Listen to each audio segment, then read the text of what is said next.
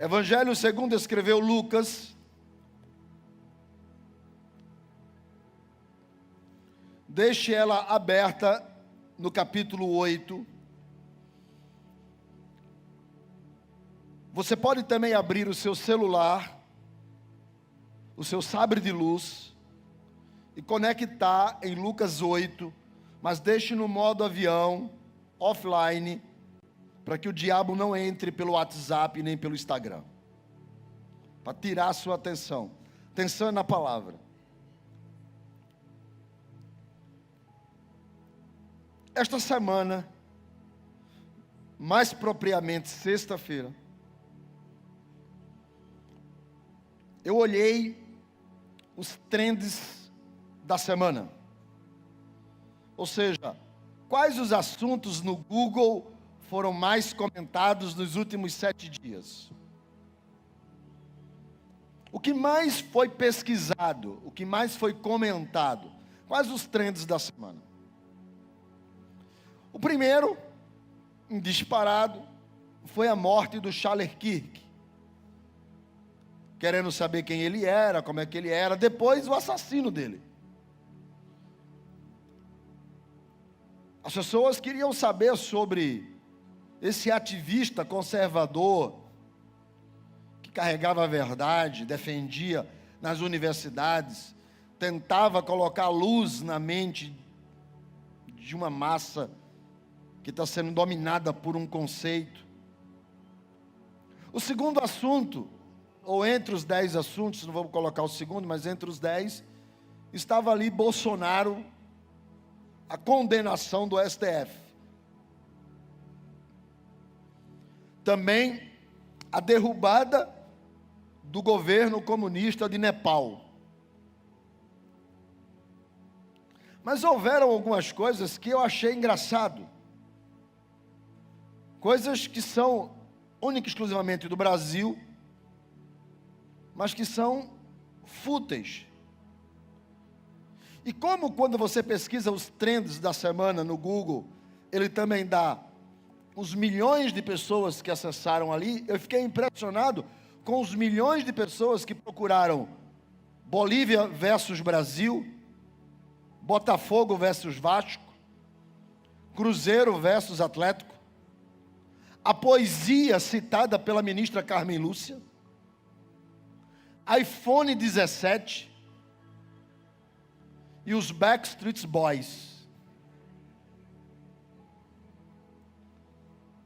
E eu vi como que as pessoas estão preocupadas em futilidades. Eu sei que o mundo jaz no maligno, que o mundo mergulhou em uma cultura idiota, hedonista, de vida fácil, de prazer, de mentira, drogas, corrupção, eu sei disso.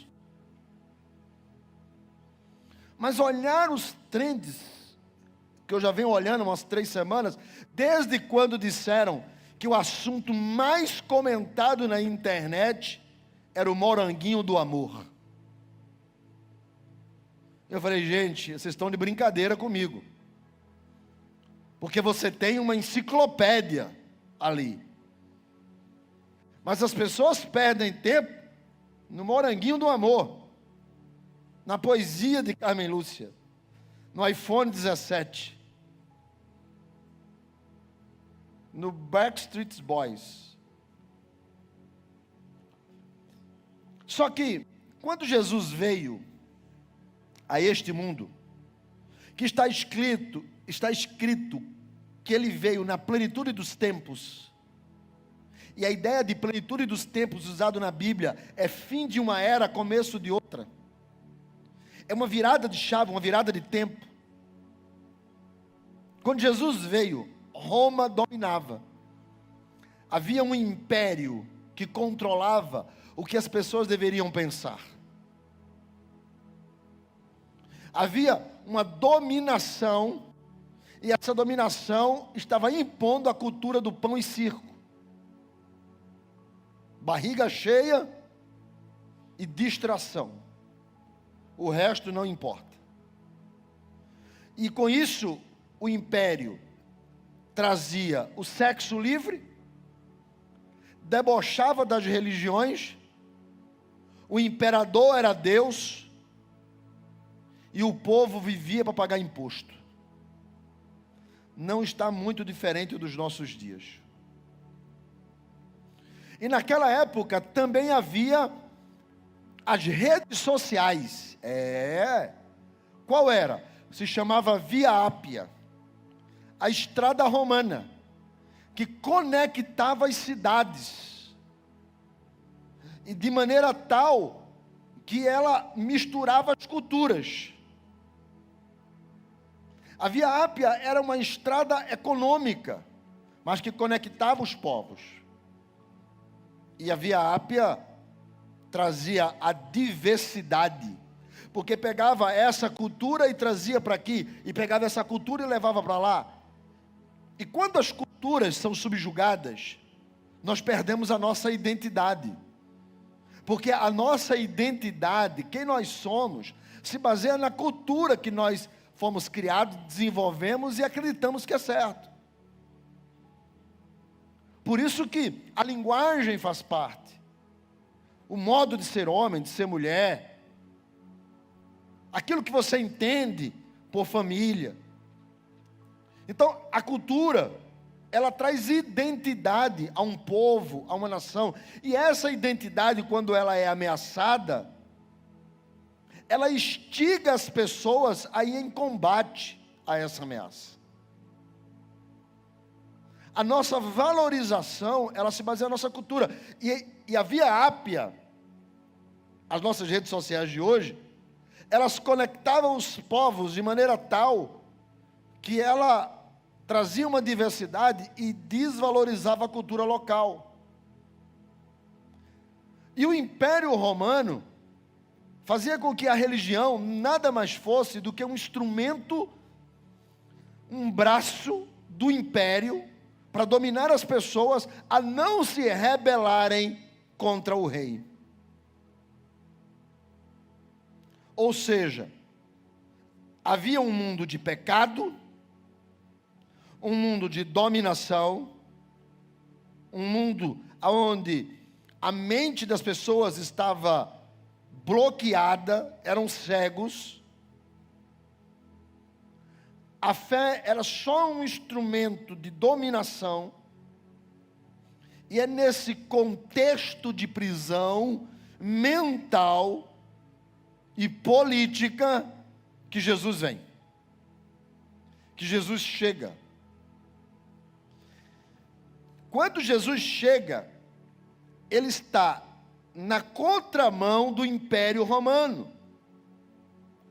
Ele vai na contramão em uma cultura em que Deus estava de acordo ao que cada um quisesse crer. Era a pós-modernidade do Império Romano. Então, não há um Deus. Cada um crê no que quer.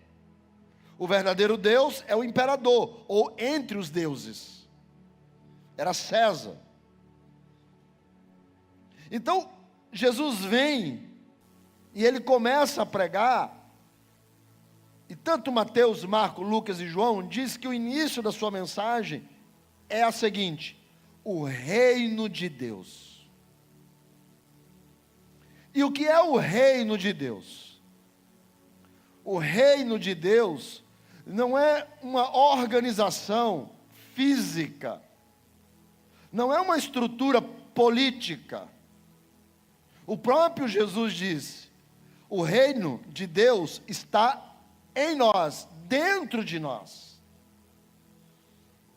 Você não vota em Deus para governar. Você abre o seu coração para Ele governar você.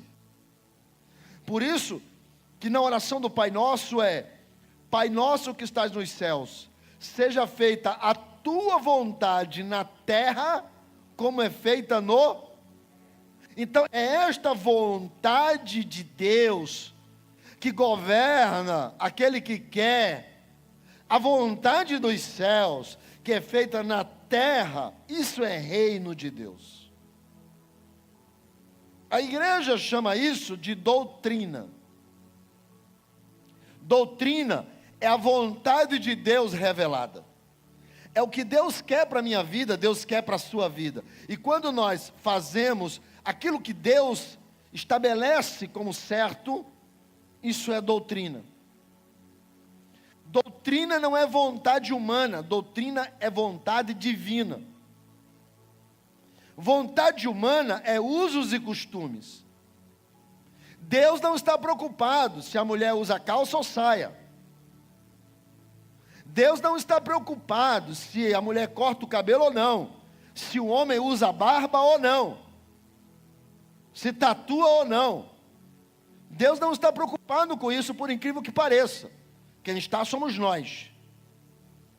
E isso que dá identidade a uma cultura religiosa é chamado de usos e costumes, não de doutrina, porque essa não é a vontade de Deus. A vontade de Deus é outra coisa. E o interessante é que doutrina, vontade de Deus, não precisa você ser crente para que a vontade de Deus deixe de existir ou existir.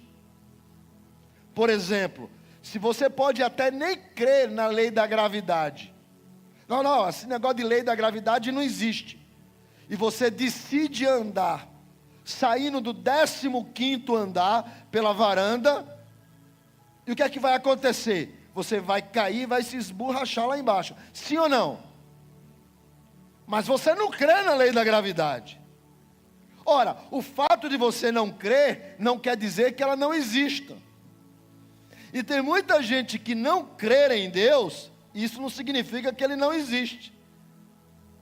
Tem muita gente que vai de encontro à doutrina, à vontade de Deus revelada, isso não quer dizer que ela não exista. Ela existe. E ela existe independente se você é crente ou se você não é. A lei da gravidade existe independente se você crê ou se você não crê. E tem consequências se você quebrar, independente de você crer ou você não crer. Da mesma forma o reino de Deus, a sua vontade e a sua justiça, ela existe. E você crendo ou você não crendo, tanto faz. E há consequências quando se quebra. O que impede um homem de ir para o céu é pecado. E o pecado, quer você queira ou não queira, ele é o amartia, um erro do projeto, da vontade de Deus para o homem. E por exemplo, você não precisa ser crente para ser errado. A Bíblia vai dizer alguns pecados, como por exemplo o adultério. Eu traí minha esposa, isso não é porque é coisa de crente. Mesmo você sem crente, é errado. Mentir, mesmo você ser crente, não é certo. Roubar, mesmo sem ser crente, não é certo. Os pecados são muito claros. E independente de você crer ou não crer, eles existem. Então Jesus chega para trazer uma proposta de reino de Deus. E essa proposta de reino, essa proposta de vontade de Deus, esse grupo que anda com ele, recebe uma palavra dele. É exatamente aqui em Lucas 8. Lucas 8, os 3 primeiros versículos, versículos 1, 2 e 3, diz assim: Jesus andava de cidade em cidade. Veja aí no texto. Jesus andava, Lucas 8, versículo 1, andava de cidade em cidade, de aldeia em aldeia, fazendo o quê? Pregando e anunciando o evangelho do reino de Deus. Agora, olha o que é que Jesus faz. Ele está anunciando o evangelho, pregando o evangelho do reino de Deus, ou seja, a boa notícia do que Deus quer. E aonde está essa vontade? Aonde está esse querer de Deus? Aonde se encontra? Como que eu descubro esse querer de Deus? E olha aqui quem andava com Jesus. Versículo 1, os 12 iam com ele. Versículo 2, Algumas mulheres que haviam sido curadas de espíritos malignos, de enfermidades, como Maria, chamada Madalena, da qual havia saído 7 demônios, Joana, mulher de Cusa, procurador de Herodes, e muitas outras também, as quais lhe prestavam assistência com os seus bens. Então Jesus tinha um grupo. O grupo de que andava com Jesus era os 12, que estavam sendo treinados para liderar, e as mulheres que haviam sido curadas e libertas. Que havia 2 grupos: os que serviam com as mãos, como no caso Maria Madalena, e como Susana, que servia com os seus bens. Então eu tenho gente que está disposto a servir, liderando, pregando, sendo treinado por Jesus, e gente que está disposto a fazer, na porta, no estacionamento, no Kids, no Teens, e gente disposto a investir recursos no reino de Deus. Então essa era a turma de Jesus, os que estavam sendo treinados para sucedê-lo, os que estavam fazendo a coisa acontecer, e os que estavam investindo para que a coisa acontecesse. Aí chega o versículo de número 4, diz que uma multidão aflui, e ela está ali vem gente de todos os lugares, todas as cidades, não é? Para ouvir Jesus.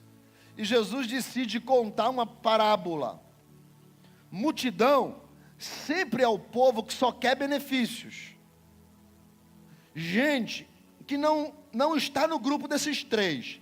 Não lidera GC, ministério, departamento, não prega, não faz nada. Mas também não faz nada, não está na porta, no estacionamento, no TI, no Kids, no Teens, não é? Em grupo nenhum. E também gente que não investe, porque você pode não liderar, você pode não fazer, mas você pode investir. A multidão não está em nenhum desses 3. Só que Jesus nunca desprezou a multidão. Por quê, pastor? Porque foi da multidão que veio os 12. Foi da multidão que veio as mulheres que investiam no reino e as que faziam. É da multidão que Jesus tira a sua equipe. Então a multidão é importante. A multidão é importante. Porque é da multidão que Deus traz do meio do povo aqueles que vão exercer os seus ministérios. E Jesus, diante dessa multidão, versículo 4, ele conta uma parábola, parabolê, do grego. O que quer dizer isso? É que Jesus, ele não contava fábulas. Qual é a diferença de fábulas? Nas fábulas, são histórias que animal fala, que tem montanha que fala, que tem árvore que fala, que tem vida. Isso são fábulas. Mas Jesus, ele conta uma parábola. O que quer dizer isso? Era um método que os gregos tinham para ensinar as pessoas a pensarem. Porque o evangelho é isso. O evangelho, irmãos, escute o que eu vou dizer. O evangelho é o sistema de crença mais simples que existe. As boas novas do reino. Você não precisa acender vela, pagar promessa, subir morro. Você não precisa fazer despacho. Você não precisa ir à cidade santa dos muçulmanos. Não tem que fazer 7 orações. Não tem que dar 7 voltas. Não tem que passar debaixo de cruz. O verdadeiro evangelho da graça está escrito: aquele que crê e com a boca confessa será salvo em Jesus Cristo. É o sistema mais simples que existe. Deus não fez nada complicado para atrair você a Ele. A única coisa que Deus quer é que você abra o coração e receba Ele como Senhor e Salvador. Só isso, mais nada. É a coisa mais simples que existe. Pastor, e essas regras, essas coisas, os homens inventaram. Pegaram uns textinhos ali, uns textinhos aqui, falaram, opa, vamos dominar o povo. Mas a graça, você faz de forma voluntária. Você não faz porque quer que Deus se agrade. Você agrada a Deus e por isso faz. Muitas coisas eu não tenho que fazer para atrair a vontade de Deus. Porque eu amo, eu fui liberto. As mulheres foram curadas e expulsos os demônios. E elas servem. O meu servir é consequência. Não é barganha. Então Jesus conta para o povo uma parábola. Para fazer eles pensarem. Para eles falarem assim, opa, eu vou me encaixar aqui. Isso está falando comigo. Jesus ministrou 48 parábolas. As parábolas eram histórias populares. Eram situações do cotidiano. Que todo mundo quando ouvia, se identificava, dizia assim, opa, aquele ali sou eu. Toda parábola, ela tem um propósito definido, ainda que tenha muitas lições, mas o propósito é único. Por isso que não pode se fazer doutrina por parábola. Porque parábola é uma história. Não se faz, não é a vontade de Deus revelada. Porque ali carrega um princípio. Observe, por exemplo, há uma parábola que tem uma festa que o rei está dando. E nessa festa que o rei está dando, tem um camarada que ali você entende que o rei é Deus. Ele está dando uma festa de casamento que é o do filho. Você entende que a festa de casamento é as bodas do cordeiro, mas lá tem um camarada que está dentro do palácio com vestes sujas. E o rei pergunta, como entrastes aqui? Então você não pode fazer de uma parábola uma revelação, uma doutrina, porque a parábola ela tem um sentido, ela tem lições, não doutrina. Por isso que você não pode fazer doutrina com Lázaro e o rico. Ah, o céu vai ser assim. Ah, molha o dedo, toca na minha boca. E estava ele no seio de Abraão, e o outro estava, olha como é que vai ser. Não, isso é parábola. A parábola pode até completar um entendimento, mas ela não pode ser a base do entendimento. Então Jesus decide contar uma parábola, e a parábola é essa. O semeador saiu a semear. Versículo de número 5. E ao semear, uma parte caiu à beira do caminho, e foi pisada, e as aves dos céus a comeram. Outra caiu sobre a pedra, e tendo crescido, secou por falta de umidade. A outra caiu no meio dos espinhos, e estes, ao crescerem com ela, a sufocaram. Outra, afinal, caiu em boa terra, cresceu e produziu 100 por 1. Dizendo isto, clamou, quem tem ouvidos para ouvir, ouça. Esse ouça é entenda. Quem tem ouvidos para ouvir, entenda o que eu estou dizendo. Versículo 9, os seus discípulos perguntam para ele, que parábola é esta? Jesus vai dar o sentido da parábola no versículo 11. O sentido de toda essa história está no versículo 11. Ele diz assim, este é o sentido da parábola. A semente do reino, a que produz a vontade de Deus, é a palavra de Deus. Jesus vai falar uma parábola sobre o reino. Inclusive em Mateus, as parábolas do reino começam com a do semeador. Em Mateus 13. Que lá tem várias parábolas do reino. E começa com o semeador. Jesus está dizendo o seguinte. A vontade de Deus, revelada. O que Deus quer fazer na sua vida. A eternidade. O melhor de Deus na sua vida hoje. É sobre o reino de Deus. E o reino de Deus acontece através da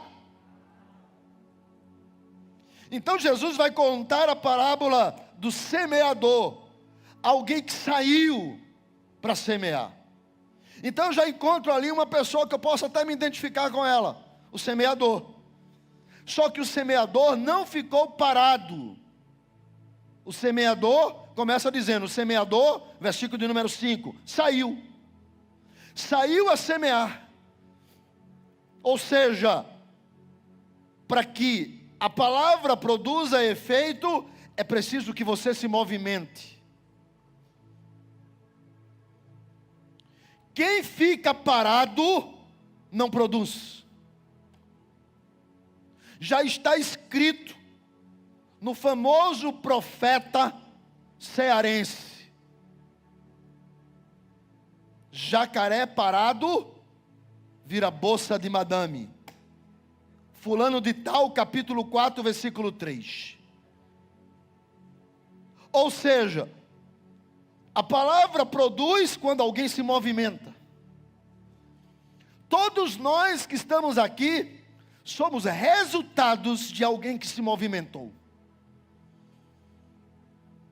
Alguém que foi até mim há 30, 41 anos atrás. Fazer essas contas dói, porque eu lembro quantos anos eu tenho. Essa semana eu entrei em crise, irmãos.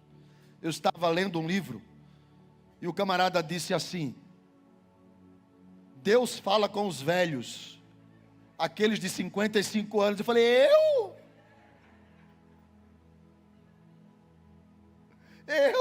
Me chamou de velho, mas me deu uma raiva do livro.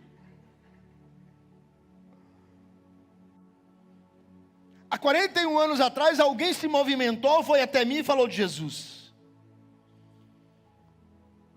Quando o André vai lá na casa de São Francisco, ele não vai parado, ele se movimenta. Então, o primeiro ensino que Jesus está dando é: o reino é feito por pessoas que se movimentam, por pessoas que vão a um GC, por pessoas que entram no voluntariado, nos âncoras, por pessoas que servem no Kids, servem no Teens, servem nas câmaras, servem na porta, servem no TI. O reino não é feito por pessoas que estão paradas, o reino é feito por pessoas que se movem. E ele saiu. E Jesus continua dando aula. E fala, saiu para semear, não para falar, não para criticar, não para acusar, não para fazer confusão, não para estar discutindo besteira. Tem gente que está dentro de um departamento, dentro de um ministério, dentro de um GC, só para discutir besteira. Está se movendo para fazer besteira. Mas esse daqui saiu para semear. Ele saiu para fazer com que esta palavra chegasse aonde ele trabalhava, aonde ele estudava, aonde ele estava, a família dele, a casa dele, os parentes dele, a loja dele, a empresa dele, lá no Uber, lá no táxi, lá na escola. Ele saiu para que esta palavra chegasse no coração das pessoas. Se você não se movimenta, você não está no reino. Porque o reino é feito por pessoas que se movem. E ele se moveu. E o interessante é que ele vai citar aqui 4 tipos de solo. Beira do caminho, versículo 5. Sobre a pedra, versículo 6. Meio dos espinhos, versículo 7. E boa terra, versículo 8. Os 4 está escrito assim: o semeador saiu a semear e caiu na beira do caminho, caiu sobre a pedra, caiu no meio dos espinhos, caiu em boa terra. Então ela caiu nos 4. Ele não plantou nenhuma. Por que ele não plantou? Porque se ela crescesse, fui eu que fiz. Só que quem salva não é o semeador. Quem dá o crescimento não é o semeador. Tem gente que já entendeu aqui. Não é o semeador. Quem dá o crescimento, um planta, disse o apóstolo Paulo. O outro rega. Mas quem é que dá o crescimento? Deus dá o crescimento. É do Senhor que provém a salvação. É o Senhor que chama, é o Senhor que salva, é o Senhor que faz com que as escamas caiam, é o Senhor que traz. Então as 4 caíram. Para não mostrar que houve o braço do semeador. E também, é claro, quem está ouvindo a parábola entende. Porque era um agricultor daquela época. Que ele estava usando a técnica do voleio. Não era o arado, ele não estava arando a terra. Era aquela que ele botava a mão no saco, puxava a semente e jogava. Por que isso? Porque a técnica do voleio era aplicada quando havia 2 coisas que forçavam o agricultor, o semeador, a fazer o voleio. Primeiro, o terreno era muito grande. Segundo, o tempo da chuva já estava chegando. Então ele tinha o tempo curto e um campo grande. Jesus disse: acordem, porque o tempo é curto. Aí você vai dizer assim: mas já fazem 2000 anos. Ele pode ter dito isso sobre 2000 anos, mas é curto para mim. E você só vai descobrir isso quando chegar aos 55. Fala assim: nossa, só tem mais 15. Só tem mais 20. Aí você descobre que o tempo é curto. Há uma urgência de Deus, porque o tempo é curto. E porque grande é o campo, e poucos são os trabalhadores. Então aqueles que têm semente, não tem tempo de cavar. Ele precisa jogar a semente, porque o tempo é curto e o campo é grande. Jesus está falando da técnica do voleio. Eles estão entendendo. Porque quem está ouvindo são os discípulos. São aqueles que já seguem, são aqueles que já estão no reino. Então Jesus está ensinando sobre o reino a eles. Jesus está dizendo para ele: olha, você tem uma missão, jogar a semente. Porque você carrega essa semente. Aí Jesus mostra 4 tipos de solo. Primeiro solo, beira do caminho. O que era a beira do caminho? Naquela época, é isso que é legal. É que Jesus está falando para pessoas que estão entendendo. Porque faz parte da cultura deles. Aqui, eu tenho que explicar o que é a beira do caminho. É aí onde entra a figura do pastor. Eles, quando tinham um campo, uma propriedade, eles cercavam a propriedade, cortavam ali, não era local para ser plantado. Eles jogavam pedrinhas, pedregulhos, para que esta área servisse, que se houvesse um incêndio nessa plantação, ela não pegava na outra plantação. Se houvesse um incêndio nesse campo, ele não se alastrava para os outros campos, só pegava fogo no dele. Então, todo o campo era cercado por uma vala com pedras ou com pedrinhas, para que o fogo não se alastrasse, não passasse de um campo para outro. E o semeador começa a jogar pela beira do caminho, porque ele está à margem do campo. Então ele vai andando e vai jogando, ele vai até o final e depois ele volta já pelo campo. E vai jogando assim até chegar lá no final. Então, o primeiro lugar é a beira do caminho. Só que o texto vai dizer, no verso de número 5, que a semente cai neste campo, e esses 4 tipos de solo, nós podemos dizer que são 4 tipos de coração. Como as pessoas recebem a palavra? E o primeiro diz que ela cai ali na beira do caminho e ela é pisada, versículo de número 5, e as aves do céu comem a palavra. Comem a semente, que é a palavra. No versículo 12, está escrito, Jesus vai explicar o que é a beira do caminho, e ele diz, são aqueles que ouvindo, ou que ouviram, mas a seguir vem o diabo, e arranca do coração a palavra, para que eles, crendo, não sejam salvos. Então o propósito do diabo é que a palavra não produza salvação. Esta palavra produz salvação. Se ela é a semente, ela produz salvação. Ela tira você do inferno e coloca você no céu. Ela tira você do pecado e coloca você em santidade. Ela tira você das mãos do diabo e coloca você na presença do Espírito Santo. É esta palavra. Jesus disse, o diabo vai fazer com que esta palavra não produza, não tenha efeito no coração das pessoas. Agora, o solo está coberto de pedras, então é um solo duro. Tem lugares que a gente joga a semente, mas a semente não produz nada, porque o coração é duro. E você fala de Jesus, e ele pisa no que você fala. Por isso que diz, a palavra é pisada. E você fala de Jesus, e ele zomba de você. E você fala de Jesus, e ele tira onda com a tua cara.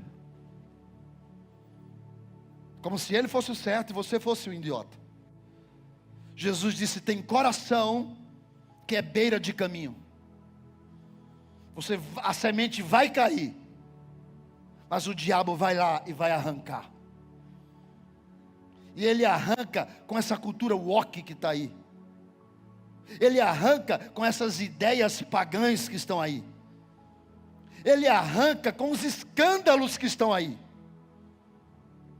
Ele arranca com as igrejas que estão brincando de evangelho que está aí.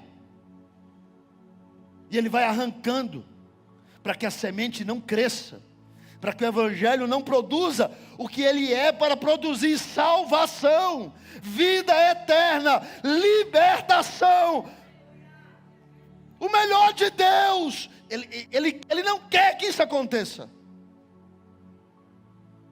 Então ele vai arrumar os meios das redes sociais, o meio dos amigos, os meios que o diabo tem para arrancar a semente. E ela não produz.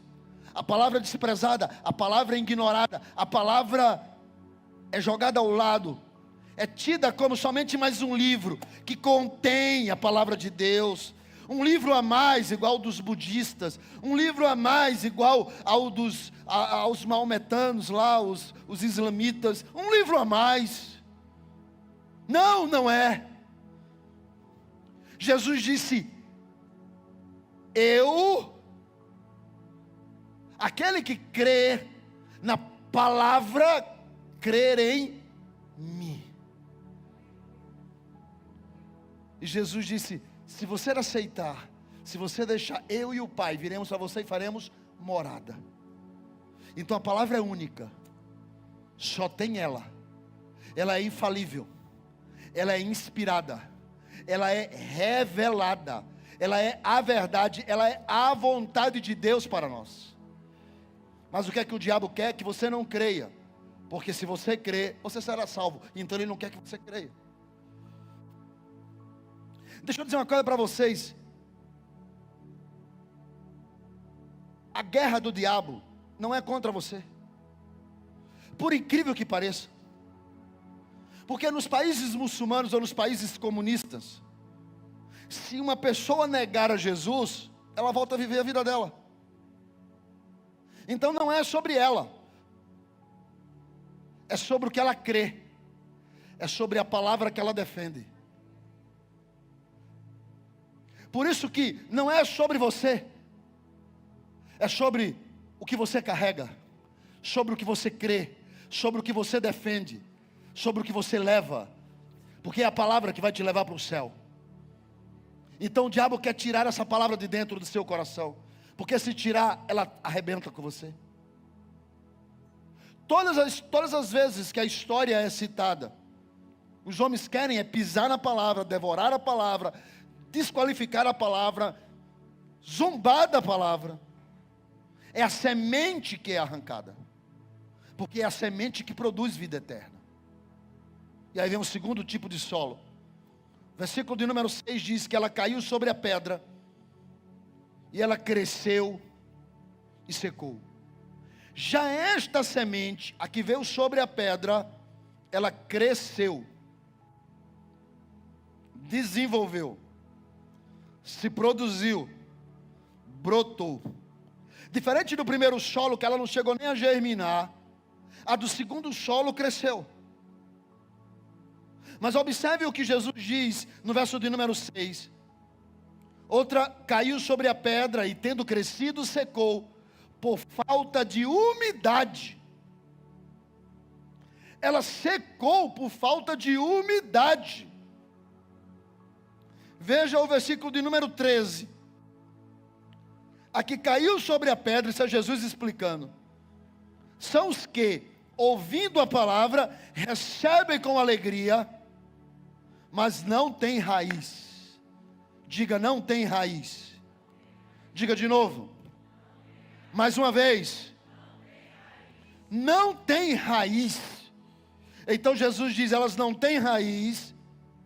São como as pessoas que creem apenas por algum tempo, mas quando chega a hora da provação ou tentação, se desviam.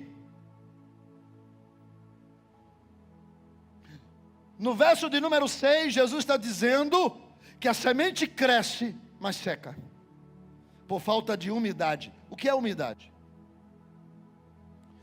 E por que é um terreno lançado sobre pedra? Foi lançado sobre a pedra. Quem já foi a Israel, como eu já fui, quase 15 vezes. Não sei se é 14 ou se é 15. Mas você vê nos terrenos, onde tem plantações, pedras gigantescas. É como você viajar aqui para o interior, que você vai no meio da estrada, de lado assim não tem umas pedras. Então o camarada, ele vai jogando, não dá tempo de ele passar pela pedra, então ele joga também na pedra. E ele vai andando e jogando, e aí na pedra, ela encontra uma frechazinha entre uma pedra e outra de solo. Quem é do interior aqui sabe o que eu estou falando. Ela encontra uma frechazinha de solo, e ali ela consegue, o pouquinho de solo que ela tem, crescer. Mas Jesus disse, por que ela seca? Porque falta água, falta umidade. E o que é água na Bíblia? O Espírito Santo.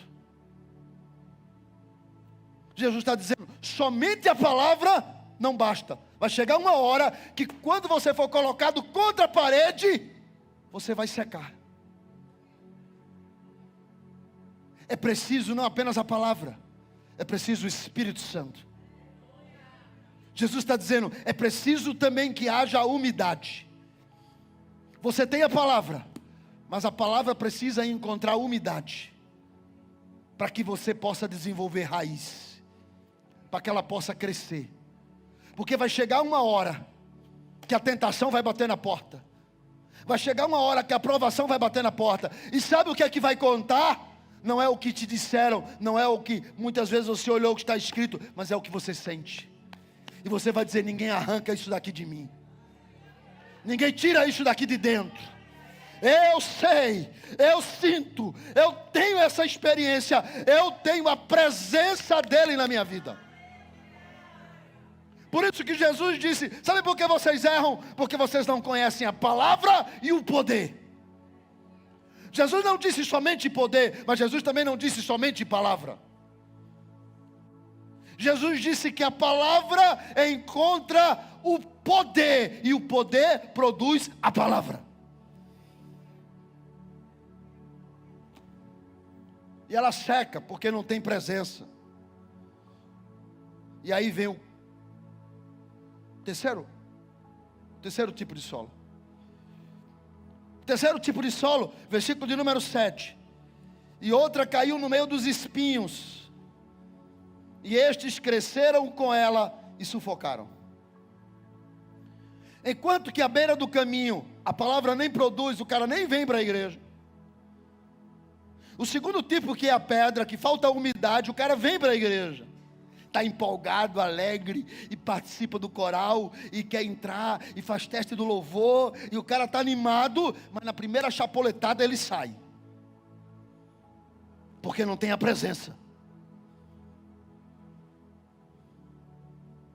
Ele não tem o Espírito Santo com ele. Ele só tem a ideia. É um convencido e não um transformado. Mas aí tem um terceiro tipo. É o que cai, mas a terra é tão boa que os espinhos crescem. E ele tem a semente e os espinhos juntos. Olha o que aqui diz o texto. Caiu no meio dos espinhos, e estes, ao crescerem com ela, cresceram juntos. Espinhos e semente. Mas os espinhos a sufocaram. Só que ela não morre. Porque nesse caso ela tem raiz. Ela tem a semente e a água. Então a planta não morre. Mas olha o que aqui diz no versículo de número 14. O que caiu entre os espinhos são os que ouviram, mas com o tempo foram sufocados com os cuidados da riqueza, os deleites dessa vida, e os seus frutos não amadurecem, não dá fruto. É uma árvore seca. Sabe o que é que Jesus disse? Jesus disse: eu vos nomeei, eu vos chamei para que vocês deem frutos. Quando nós entregamos a vida a Jesus, nós temos que dar frutos. Quem não dá frutos? A Bíblia diz: a árvore que não dá fruto, ela é cortada e lançada no fogo. A árvore que não dá fruto está entre nós, mas critica a oferta, critica o dízimo, critica o eu amo minha igreja, porque não dá fruto. A árvore que está entre nós, que cresce entre os espinhos, valoriza tudo que tem no mundo, mas não consegue valorizar nada que tem na igreja. Porque as coisas que tem no mundo sufocam ela. Ela não sai, mas também não produz. Continua aqui, mas continua falando, criticando, falando da roupa do pastor. Eu estava olhando ali o vídeo que o Toninho fez. Ele recortou vários textos de várias épocas. Eu estou com o mesmo casaco. Eu disse: meu Deus, eu só tenho esse. Tem gente que vai falar. Fala por tudo. Por quê, pastor? Porque é árvore que está aqui, mas não dá fruto. Eu já estou acostumado com árvore seca. Estou acostumado. Com gente que quer beber água, ser cultivado, mas não dá fruto. E Jesus disse: é porque o que é mais importante para ele é as coisas lá de fora, não do reino. É as riquezas que o sufocaram, são os planos nessa terra que o sufocaram, são os amigos que lhe arrebatam, porque eles crescem juntos, dois propósitos, e ninguém consegue servir a dois senhores. Então juntos, então o propósito do reino é sufocado. Gente que está aqui e não produz nada. Aí Jesus diz assim: mas há um quarto tipo de solo. E outra, versículo 8: afinal, caiu em boa terra. Diga boa terra. E cresceu e produziu 100 por 1. Boa terra. O estatuto da nossa igreja diz que o pastor pode chatear o povo que vem para o culto 4 vezes por culto. E a única forma que o estatuto fala que eu posso chatear é assim: vire para a pessoa que está do seu lado e diga para ela. Aí você virou. Eu sei que você não gosta, mas está no estatuto. E eu posso fazer 4 vezes isso. Então vamos começar chateando, que eu não fiz nenhuma até agora. Vire a pessoa que está do seu lado e diga para ela: ei, você é uma boa terra.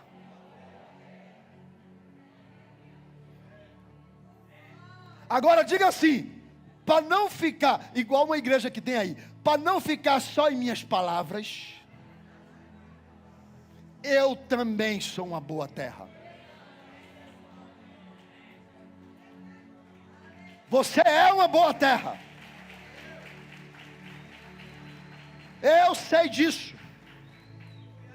Eu me acordo de manhã e digo: eu sou uma boa terra. E Jesus disse: a boa terra cresce. A boa terra produz. E não produz só 1 por 1, produz 1 por 100. A boa terra. Olha o que é que Jesus vai dizer no verso de número 15. Desculpa, 14. 15. A que caiu na boa terra são os que, tendo ouvido de bom e reto coração. Ele ouve de bom e reto coração. Tudo que tens que guardar, está escrito: guardes o teu coração, porque dele procede. Dele procede, é dele que vem, dele procede.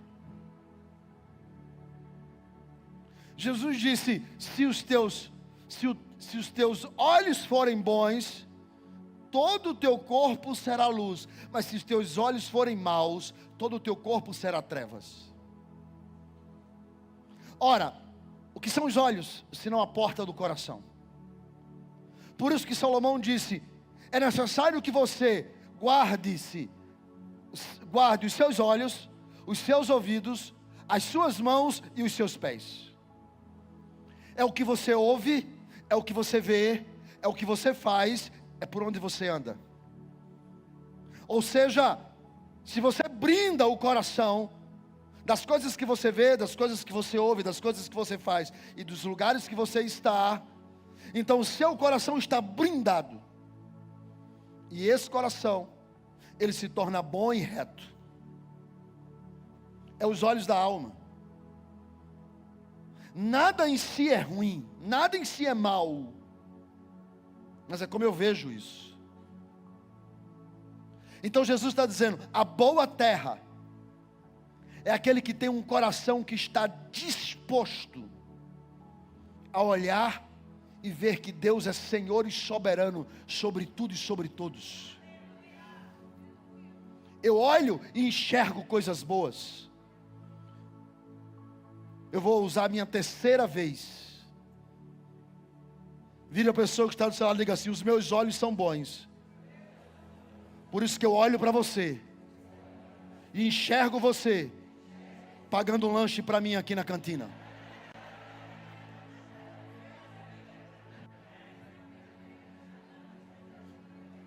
Eu olho e já enxergo tu pagando um lanche para mim. Eita glória!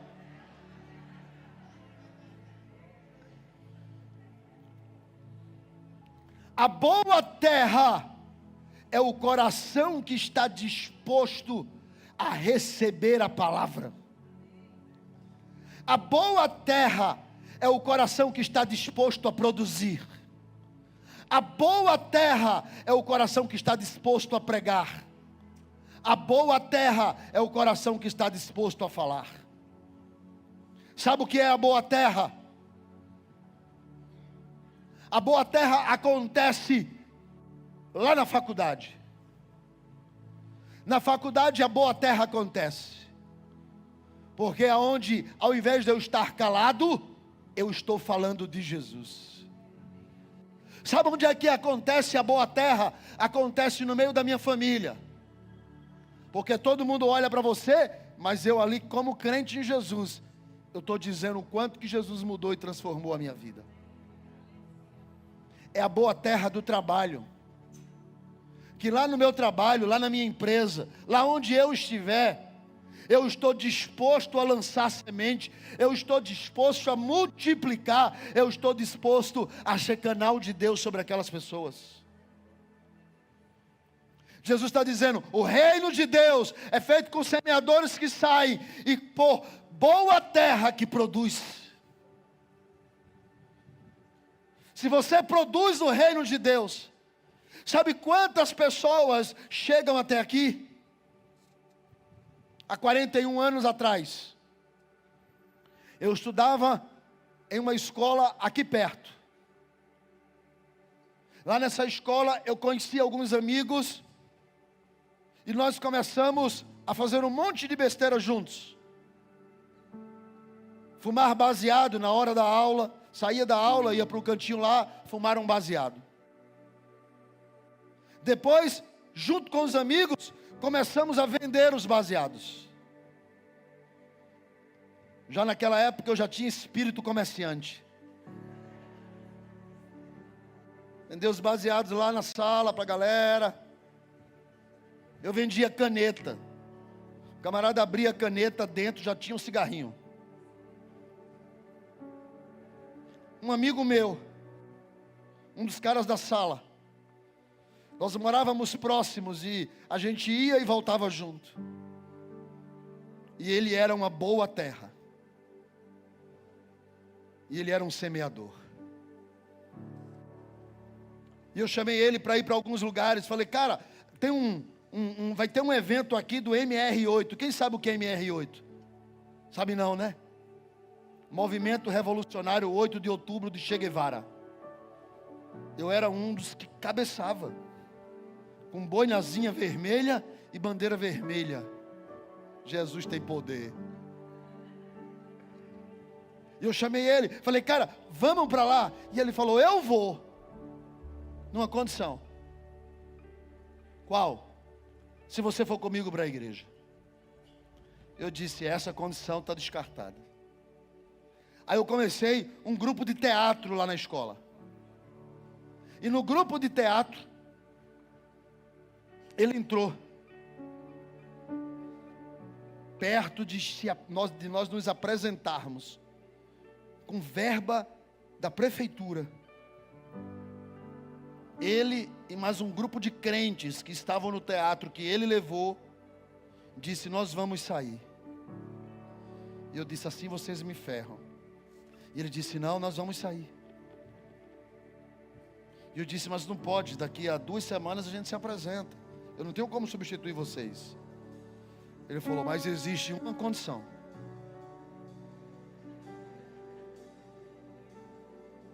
Qual é? Se você for comigo para a igreja. Eu falei, mas eu já disse que isso eu estou fora. Ele falou, também nós estamos fora. Eu disse, então eu vou. Eles faltam 2 semanas. Então são 2 domingos. Você vai num domingo e você vai no outro. E eu disse, eu concordo com você. 2 domingos, 2 sábados de apresentação. Ok, tá bom. No primeiro domingo que eu fui, eu botei um sapato vermelho e um sapato preto. Uma calça folgada. E naquela época havia uma meia chamada meia Dancing Day. Quem é da minha época sabe. Eram umas meias brilhosas, toda prateada. Botei um casaco, eu sempre gostei de casaco, André. Mas eu botei um bottom, e o bottom era, eu fumo maconha, e você?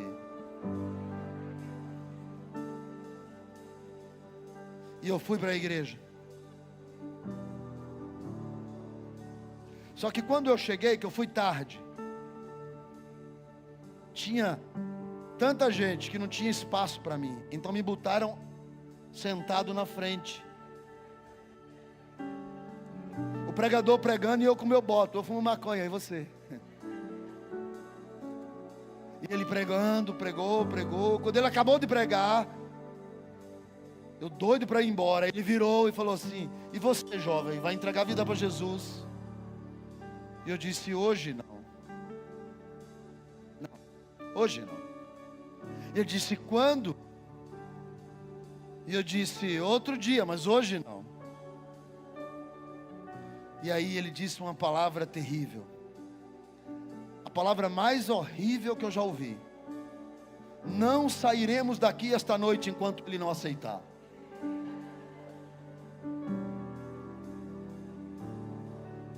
Só que as pessoas começaram a vir para Jesus e aceitar Jesus. E eu olhando para aquelas pessoas, elas estavam chorando. E eu falei: não é possível, tem alguma coisa errada com esse povo. E já que ele disse aquela palavra: ninguém sai daqui se ele não levantar, eu levantei minha mão. A igreja olhando aquela figura esdrúxula, ridícula, de boina, vermelha. E eu vim até a frente, mas a igreja toda estava tipo assim: vencemos a guerra. E eu doido para ir embora. Ele então disse: ok, nós vamos orar, e eu vou orar por você, jovem. E naquela noite ele orou por mim. E ele disse: Deus está aqui, entra no coração. E eu me lembro da oração. E o povo chorando do meu lado, eu não sabia o que estava acontecendo. Então eu usei a mente. Eu disse naquela noite: Deus, tu existe mesmo? Jesus, tu estás vivo ou estás morto? Porque eu não creio. Mas eu estava orando alguma coisa que eu nem cria. Olha que coisa louca. Eu disse: eu não creio. Mas se tu existes, eu abro meu coração esta noite, para que tu possas entrar nele. Porque não é possível. Será que eu estou errado e esses crentes estão certos? Ou esses crentes estão certos e eu estou errado? Quem está certo? Eu ou esses crentes? E eu senti como alguma coisa vindo por trás de mim. Aquela sensação de que algo vinha. E aquela coisa vinha, eu não sabia o que era. E eu olhei para trás umas 2 vezes, mas não via ninguém. Só os crentes, tudo doido. Aleluia! Até que eu senti que aquilo me abraçava. Como você acordar de manhã e tomar um copo de água gelado, você sente a água descendo pelo esôfago. Eu senti que aquilo me abraçava. E eu comecei a chorar.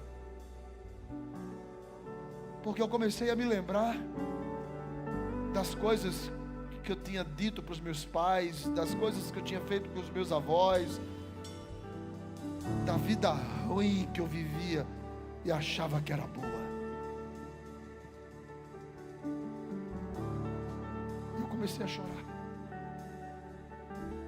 Tudo porque alguém jogou uma semente em uma terra. Tudo porque alguém não desistiu. Tudo porque alguém semeou. Nessa noite, Deus está fazendo de você um semeador. Eu estou aqui hoje pregando o Evangelho porque alguém jogou semente. Eu estou aqui hoje falando de Jesus porque a terra produziu 100 por 1. Eu estou aqui esta noite porque você é importante. porque sua vida é importante, porque isso é reino, isso é transformação, isso é mudança, isso é nova criatura, isso é Deus entre os homens, isso é a boa terra. Fique de pé.